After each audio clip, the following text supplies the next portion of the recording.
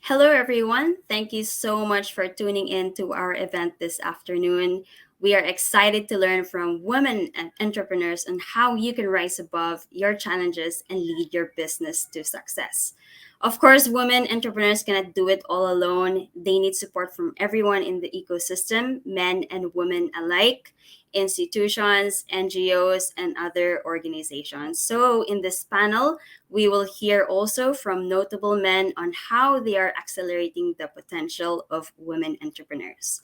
So, with that, I would like to introduce our moderator for today. She has 11 years of investment banking experience before embarking in her own interior and visual design studio and distribution of American rye whiskey. She is tasked to grow Maine's membership base and connect them with promising homegrown early stage companies. She is dedicated to learn and practice gender diversified and impact investing in order to expand market opportunities and drive positive change. Her ultimate goal really is to contribute to a better business startup ecosystem in the Philippines. So kindly please join me in welcoming Maine's new executive director, Quendy Go. Thank you so much, Sophia. She was in charge of putting this all together. Welcome, everyone. My name is Quenby Go. I am from Manila Angel Investors Network, or MAIN. We are the country's premier investor network.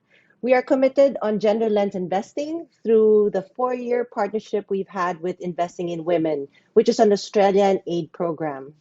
The project aims to provide catalytic investment capital for women-owned and women-led SMEs in the Philippines, diversify the angel membership to include more women investors, and expand member services and activities.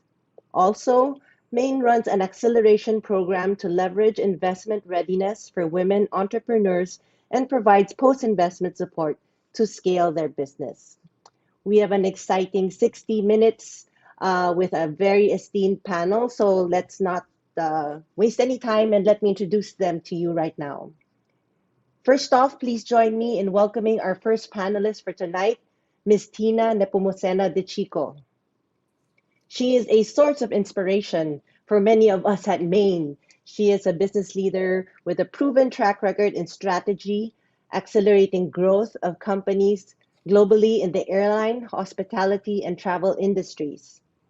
Tina has led, financed, grown, and sold web-focused startups and has rich experience in growing B2B and B2C companies, driving market growth in Southeast Asia, Hong Kong, and Macau. She's also co-founder of 2 travel tech companies and led the founding team of Lufthansa and IHG. Tina, welcome. Hi, good day everyone and welcome. Thank you for having me here. Thank you, Tina. So next on the panel, we have Mr. EJ Arboleda, who is the CEO and co-founder of Taxumo, the Philippines' leading online tax compliance solution. Taxumo reduces time spent on taxes from an average of 2 days every month to just 5 minutes. Taxumo is a multi-awarded Filipino startup that helps more than 45,000 professionals, micro and small businesses with their taxes. EJ has more than 20 years of experience in the IT industry in the fields of project management and application management. He's a certified PMI project management professional, an Exin certified ITIL V3 export, and an SAP FI certified solution consultant. EJ is also a wide sought resource speaker and a mentor to various SMEs. EJ, welcome. Hi, Quenby. It's an honor to be among such distinguished speakers. Thanks for having me. Thank you, EJ. Okay, next, of course, we have another woman on our panel, Mel Nava. She is the CEO and co-founder of One Export, a one-stop end-to-end platform for MSMEs to be able to access the world of exporting. Mel, she's from De La Salle University and a graduate from AIM. She has spent most of her career in the exporting industry with Mondanisan Philippines, where she handled the US and European markets, and at the YCP Solidians, where she was pivotal in the development in the exportation of fiber cement from Vietnam to the Philippines. Mel has always believed in the power of Filipino MSME products. Hence, After her successful career developing the export market for the large corporations, she decided to found One Export. Mel, welcome to the panel. It's my privilege to welcome and learn from the expertise of Jose Paulo Delgado, President and CEO of Delgado Brothers Group, Delbros, a privately run 75-year-old corporation with interests that span 16 industries. Paulo is a Filipino entrepreneur and investor. He spent several years working in the United States of America and the People's Republic of China. He has a profound interest in challenging mainstream concerns about logistics and agriculture development. In collaboration with policymakers and industry leaders, he advocates for greater spending in research and development and entrepreneurship accelerators to meet the many challenges of hunger and malnutrition. It is his goal to reach a state of food security through technology and automation. Paulo, thank you for being here. Thank you for having me. Thank you to Philippine Startup Week and MAIN. So, without further ado, shall we get started, my esteemed panels? uh, let's start with the first question.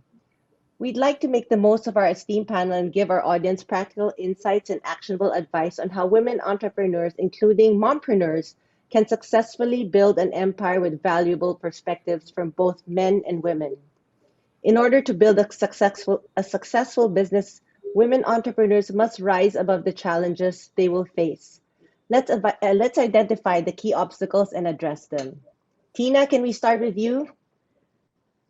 As a serial Love to. entrepreneur, would you mind sharing to our audience the key obstacles you faced, especially with balancing family and career? Right. Thank you. First of all, this conversation is timely, important, and much needed. And I would like to start by saying that there is no time more exciting than now to be a to be a woman in business or a woman entrepreneur. The opportunities and skills abound. And as we know, there are more women talented, educated, and more empowered now. There are tools out there that makes our life easier, and there's affirmative and consistent action in order to empower women in the society, in government, small and business, and big corporation. So what are the challenges in putting work and life balance? I'll make it succinct. I just have three. I think I would like to point out that it's important to choose a life partner very carefully.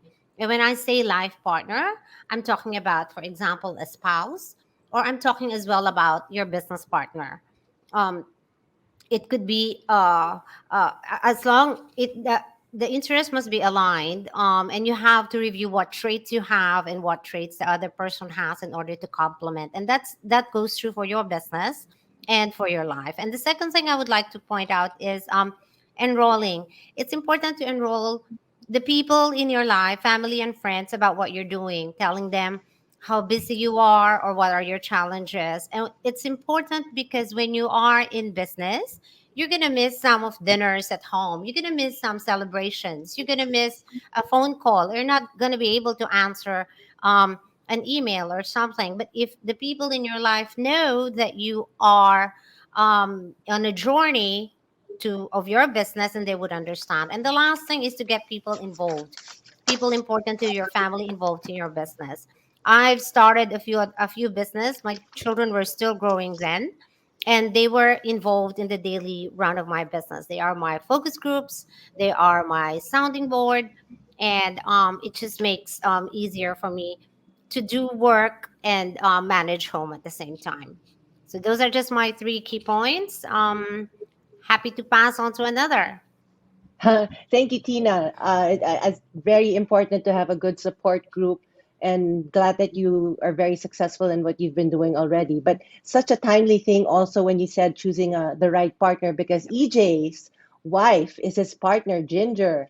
So EJ, tell us about that. How is that working for you? Yeah, so I think a lot of people think that we're partners because we're like it's by default because we're married. But to Miss Tina's point a while ago, that's not the case. We really went into business together, and the roles and strengths were clear that it makes sense for us to be in this business together. She has strengths that I don't. I have strengths that she doesn't. So we really complement each other well in our business. And the same thing with our co-founders. We have co-founders who complement us. They have the strengths that Ginger and I lack. So so I think that's something that's interesting, that could be said. Also, I think one thing that I've noticed when it comes to discussions about women is that there is always that question of balance, but only in the context of women entrepreneurship. I have never gotten that question anywhere else, and I think that's weird. I think that's wrong, and I think that reflects us as a society. Why is it that we expect women to have that balance while men, they can just be absent from family events because it's expected, they're Exactly. bringing home the bacon? And I think that I think as a society, that is something we need to address. We need to also give the space to women, to have them also fulfill themselves, find their own fulfillment and growth in whatever it is they want to pursue. Just because they choose to go into business doesn't mean they're more selfish, because that's usually what you hear. Instead of staying at home and homeschooling your children, you are going into business. How dare you as a woman? That's sort of like the I think that's the default idea that society has. And I think aside from that, I think we should also have the same expectation of men, in the sense that we should expect men to also pitch in into the richness of their home experience. It's not just the role of the wife or the mom that makes a home. I think it's very vital that we also recognize that the dad is also important in that mix, and something that we should also start expecting the dad to do. Very nice to know that, the balance of family and work applies to both man and woman, whether in the family or in the business environment. Thank you, EJ, for that. Mel, you're next. So I know blood, sweat, and tears in creating one export. Can you tell us about your experience as a budding woman entrepreneur, gaining traction, getting you being stable with your revenues and all of that? Please tell us, share with us. Well, for as a woman entrepreneur, right? I think there are qualities of a woman that I'm able to use in growing one export, right? So, for example, being empathic, right? So, for us, it's very important for us to listen to our customers, listen to their needs, right? And what are the things that they need? So, what are the things that we need to do so we can solve their problems, right? But also, I think that there are qualities of women that have to be honed in some more, right? Of course, women in general were known to balance a lot of things, right? But there's also a need to focus on the things that matter, right? Like, for example, for us, we focus on 2 to 3 key metrics at a time in order for us to grow. So for us, that's our customers, our revenues, and our transaction count, right? Women need to keep focusing on things that matter. But also, I feel like they also need to be a little more aggressive, right? In general, women are okay with, I mean, of course, it's starting to change now, but women are okay with not taking in a lot of the opportunities, right? So I think we need to be more aggressive in taking a lot of the opportunities, especially now that so much light has been given for women entrepreneurs, so much support has been given for women entrepreneurs, and there's so much opportunities that need to be taken advantage of, especially during this time. Wow, that must have been tough for you, while trying to start one export, but look at what you've accomplished so far. So thank you for that. So next on our panel, Mr. Paulo, I am humbled to hear that you have been awarded the Male Champions of Change by the Philippine Business Coalition of Women. What an honor to have you here, sir. Tell us about the award, how you got it, and how your career to advocate gender equality and women's economic empowerment. Tell us about your the award and everything else. Well, first off, it's not so much an award as it is a coalition of male leaders that work globally to advance gender balance. So, Male Champions of Change recognizes that a long-term focus on achieving gender balance at every level of our organization is critical to advancing more women into leadership.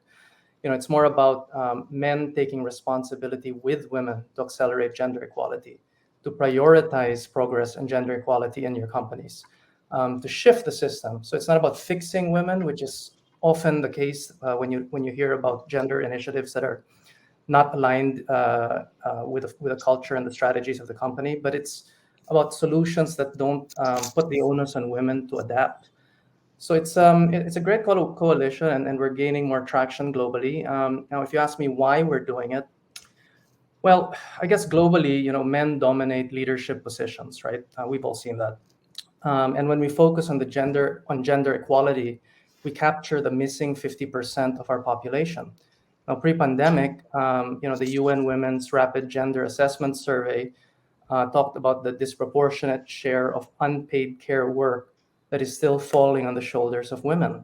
And this is unpaid care work while managing paid work, right? So it's very similar to what my co-panelists were mentioning. So, it worries me. I feel like we know that women account for a large part of our services sector in the Philippines, one of the hardest hit during this recent economic downturn. I expect that women-owned and led microenterprises are not faring any better. So achieving gender equality and advancing diverse women in leadership is a business, economic, social, and human rights imperative. Thank you, Paolo. I'm actually a fellow right now in AVPN, and one of my fellows actually told me she used to have cataract. So when she had her cataract removed, it's like she sees everything clearly. So it's like women investing in women also. Parang why are you not seeing both sides clearly? We have to also really make an effort to see the male side and also the female side. So in saying that, let's look to access capital more closely and demystify it. While the inability to raise capital is the biggest entrepreneurial challenge, it is said that it's generally harder for women to get investments than men. AVPN, in their recent case study, said that investments in women led startups are 35% more capital efficient and generate 12% more revenue. However, we've heard about women raising lesser capital compared to men. So we'd like to see how you guys see that right now. So Mel, let's start with you. As a female founder leading one of the fastest growing startups in the country, could you please share if this statement is particularly real for you? What challenges did you encounter when doing fundraising?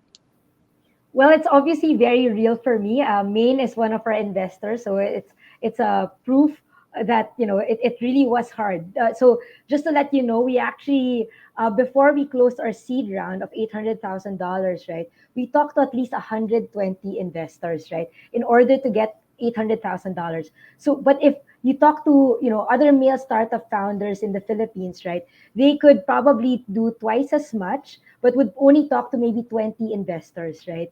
And so it's a little frustrating, of course, on our end, right?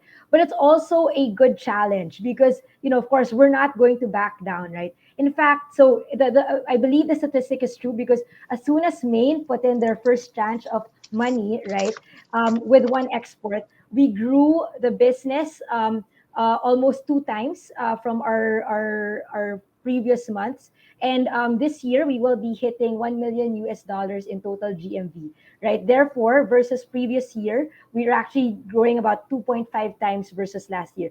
And you're only talking about a very small chunk in terms of infusement of capital, right? But I guess for us, as a female-led startup, the way we dealt with the gender bias and the way we got over the gender bias was to really show fast growth, right? And we focused on certain metrics, again, customers, our transaction count, and our revenues, right? And you were able to show that over time we were a sustainable business.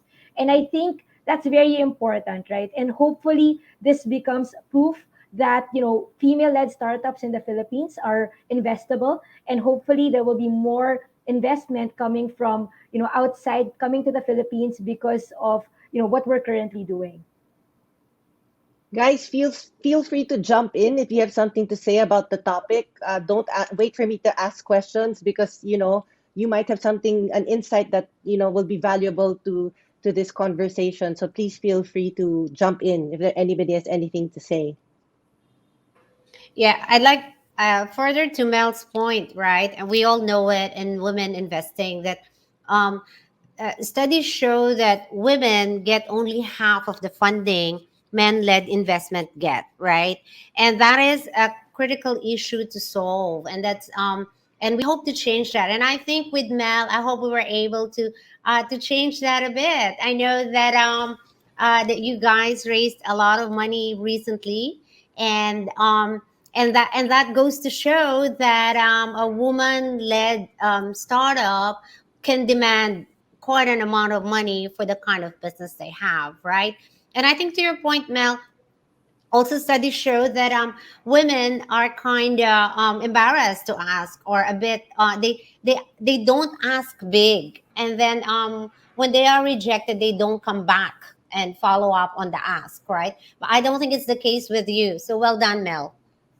Thank you. But thank you so much. I mean, Maine has really changed the way we do business. I mean, as soon as we got the investment, we invested in so much growth. And, over the past 2 months, it's proven very fruitful for us. Amazing. Amazing, amazing. Yeah, JP. yeah. It's a bit of a divisive point, right? But I think there was this old concept that women would always choose family over their work, and that if they ever got married and they'd have children, they'd be gone for a certain period of time. And I feel that this has influenced the thinking even for investors, right? So perhaps this is part of the reason why they feel that they're better off putting their bets with male-led companies than female-led companies. Now, obviously, that's changed, right? I mean, the environment has changed. This work from home has allowed a lot more flexible working environments for all types of leaders. But more importantly, I think the environment's changed, right? We're very conscious of gender balance now. It's become a major issue for a lot of large corporations to balance themselves if they want their stock prices to stay up, if they want to be acceptable in certain business industries. So if there's any time for us to take action on this, I would say it's now. And it's leaving these old concepts of what women can do or cannot do, and bringing a more modern outlook in the investing space. Thank you very Yeah. much. I should say Paolo, not JP. I'm sorry. EJ, please go ahead. Pardon me for Yeah, interrupting. sorry about that. No, no, no worries. No, I just wanted to add something because I think diversity in some companies, it's basically just a box to tick. Versus, like, because from our experience, our customers are mainly MSMEs, and in the Philippines, 51% of MSMEs are led by women or owned by women. In fact, the businesses in Taxumo, more than 60% are women owned. So it's a woman's name Wow. there. Plus, aside from that, there are some who are owned by men, but we know that it's the wives sometimes who are using it, because sometimes we talk to them and they tell us, "Oh, actually, that's not me. That's my husband." Oh, okay. So I think that's super interesting because I think the reason that we're able to have a good foothold on that particular market is because that particular mix is also reflected in our staffing. 60% of our staffing is also women. More importantly, I think our product managers are all women. So, like, they make decisions that I wouldn't have made, to be honest. They make decisions that I think are that's so inefficient. But but okay, we'll try it out because it's data that talks. It's not my idea that talks. So we'll try it out, Mhm. and they show me that it works. So I think it's very important for us to recognize that it is from that actual difference where the strength and where the different and possibly the best ideas will come from. And I think Mhm. we have to recognize that and actively try to build that in our own companies as well. So my question to the gentlemen, like EJ and Paolo, did you guys just decide to think this way, or did your wife convince you to think this way, or Paolo, did somebody tell you, okay, we have to do it this way, we have to be more diversified? Anyone? Okay, so maybe to build off what EJ was saying, I think, as an investor and a business practitioner, better balance leads to better decisions, right? And I personally have seen this work to our advantage when crafting strategy or long-term future plans, right? So you can't have a room full of men planning out your company. It just will not come out as efficient and as effective as having a proper and diverse board, right? Or a proper and diverse executive set. So I think there's that business aspect to it, right? And what's interesting is EJ's right. When I started down this journey towards gender balance, I felt behind the curve. And so I said, okay, I want to try. And so you try, and then you create these groups. And these groups then lead to other things, right? So it becomes this momentum of sorts. And I find that to really move down this path, you have to first take that first step. And taking that first step means assessing your company, creating the diverse environment, trying it out, and you'll be surprised at what comes out, right? Lastly, I think there's also an issue with skilled personnel. Aside from, for you women, aside from having to fight towards gender balance, we're also fighting towards automation. So the workforce in the next 10 or 20 years is going to be very different. And what's scary is this automation may hit the services sector, which works against what we're trying to do in gender balance. So there's a lot of headwinds coming up. And so it really requires close focus at this point in time from most of us business leaders. Mm-hmm. Tina, do you I agree with him? Sorry. no, Go go ahead, ahead, go ahead. please. Yeah. I just wanted to EJ's point, right? The Female Index Opportunity Index 2021 has actually ranked the Philippines as number 21 um, in the country that provides opportunities for women, and it's the highest in Southeast Asia. And really, that's really fantastic, right? Um, and we see that in our daily lives. You know, you just go to the provinces, the small sari store, and everywhere, and even the foreign domestic helpers and the foreign workers, you see that all these things build up to the for a country, a culture that supports women in opening opportunities for women. So in our country, there is already that platform. We have that inclination, we have that tendency, the attitude to support women, and we just have to work a little bit harder. And like you, EJ, you employ more women, and that is really fantastic. And I think to JP's point, we're on the right track to have more women entrepreneur, more successful women in business. And the fact that we're speaking about it today is really, really a major move. EJ, please, you're about to say. No, I just wanted to answer your question, Quenby, on like where did this thinking come from?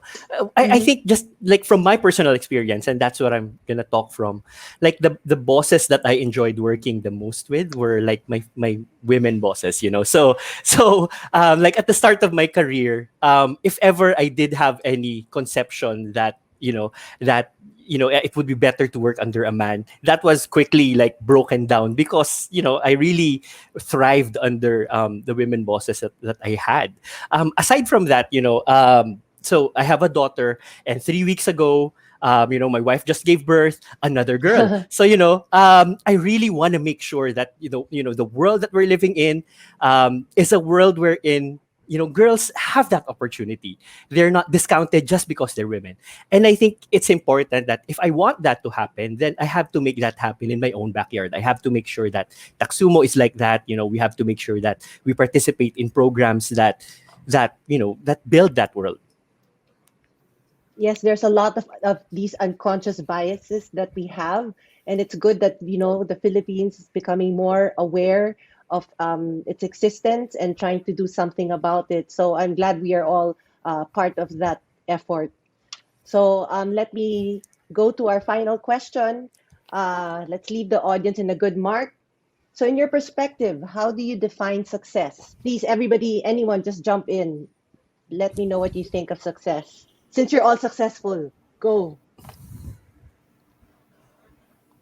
I guess I can start. Well, success for me eventually would be more women entrepreneurs engaging. Hopefully, we see the day where we actually have a first unicorn that's from like the first female unicorn, right? That would mean like it'll be easier to get funding as a female founder, right? That will mean really good strides for the Philippines. But also, I think for example, for businesses, right? I hope more female businesses have thrive during the pandemic or even after the pandemic. I hope a lot of female businesses get funding, right, and are able to scale beyond the Philippines. That for me would be success, right?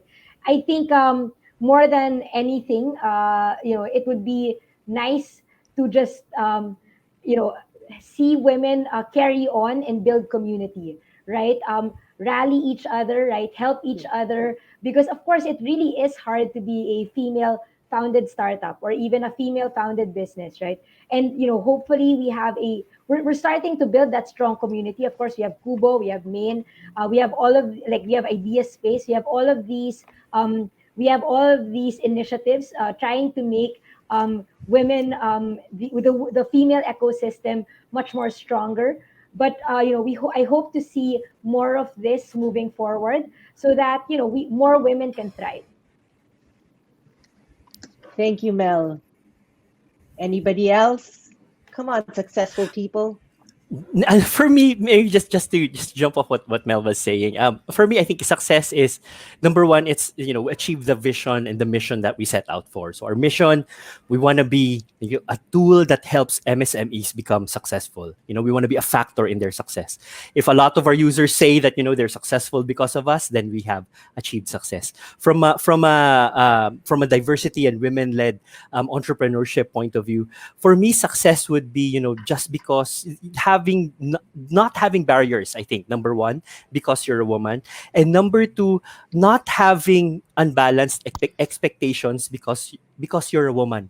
Because for example, we have some employees who, I kind of alluded to this a while ago, but we have some Mm. employees who they say that they want to quit. They really really love what they're doing, but they have to quit because they have to homeschool their kid.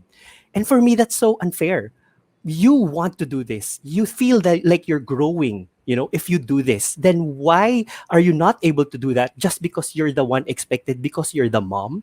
I for me, success is if we break down those barriers, and if we realize that a person, regardless of gender, choosing their success and choosing self-actualization is not being selfish, because a person who is more actualized, a person who is more fulfilled, has just that more to give.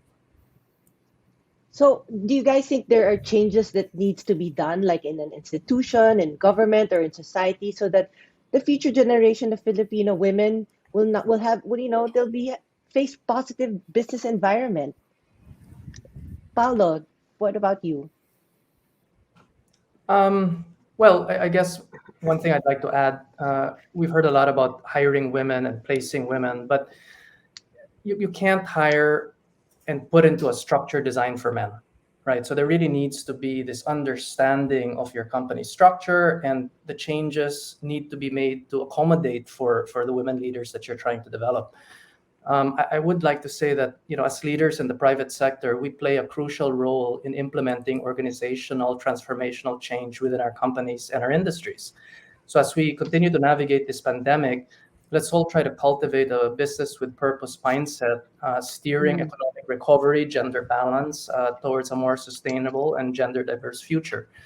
For me, our journey in Delbros towards gender equality is a work in progress. We're learning as we go. We learn from organizations like MAIN and MCC, our peers. My panelists today, I've learned a lot from you. And more importantly, from the women leaders, right? So for any entrepreneur out there or mompreneur in the audience, let us know where you're challenged. Let us know where you feel our structures are biased. Let's collaborate with each other so that we can develop a more inclusive startup and investing environment. You'll be surprised. Most of the time, we may just not be very clear on how best to help you. So being open and being collaborative, I believe, is the best way forward for all of us. I like what you said, business with purpose. We really have to be intentional in dealing with biases and all these concerns that women and men go through. This all the same. Tina, would you like to add to what Paulo said? Sure, that's actually a big question. What are the governmental, environmental things we could do to empower women in business? So I'll take it on two fronts. One is societal and culture and education.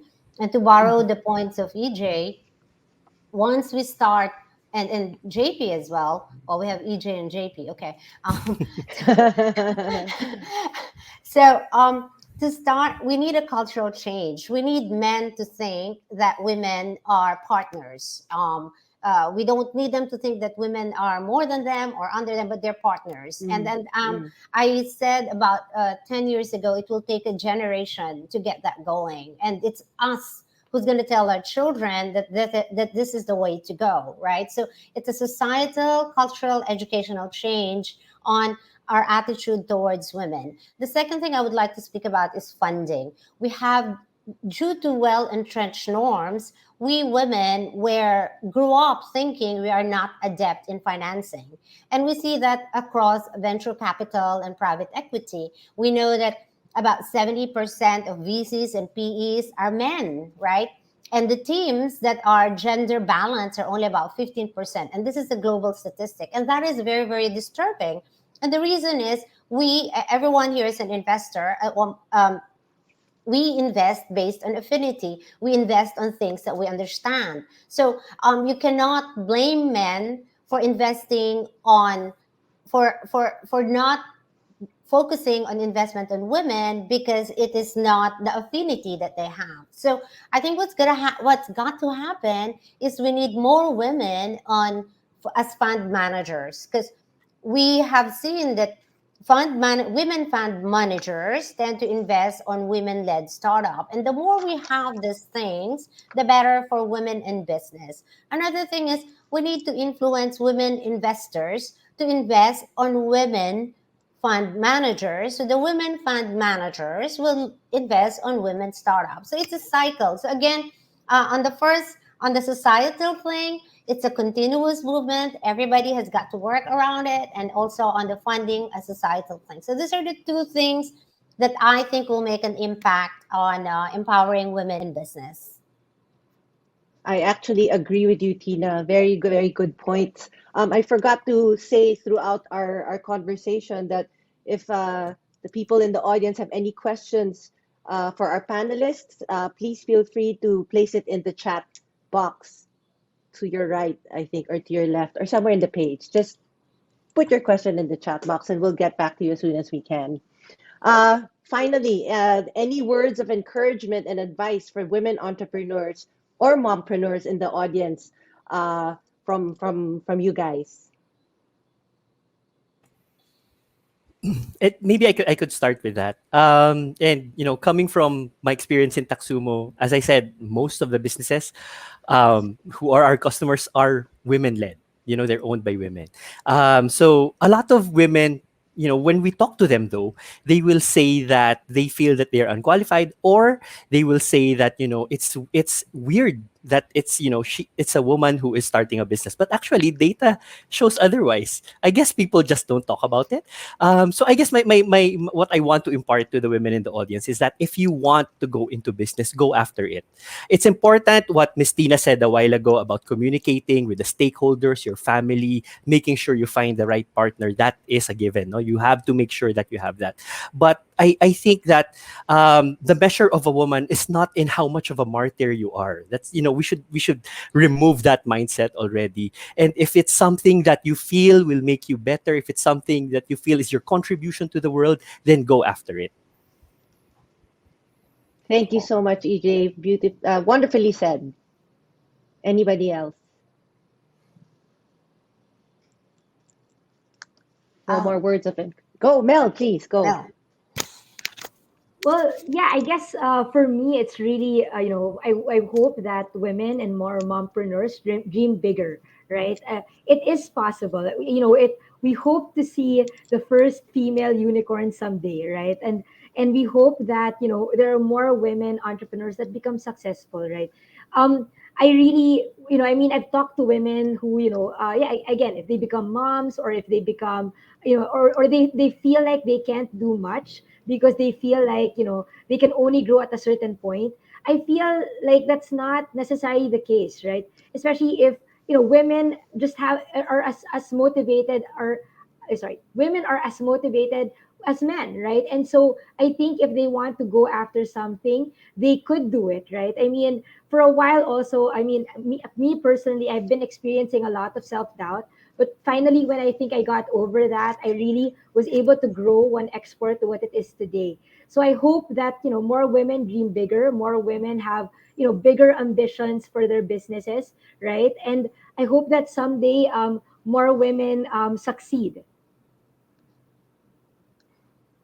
And you are one of those women, Mel. Yes. So congratulations. And Tina, of course. Paulo, any words of encouragement?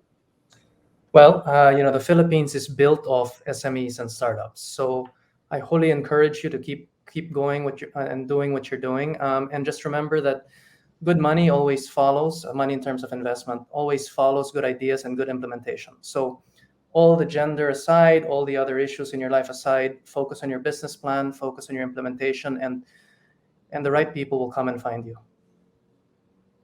Good. Nicely said, Paulo. Nicely said. Guys, that Can brings I us. can Oh, can Tina, I please go. interject? Of course. I'm So sorry. Go ahead.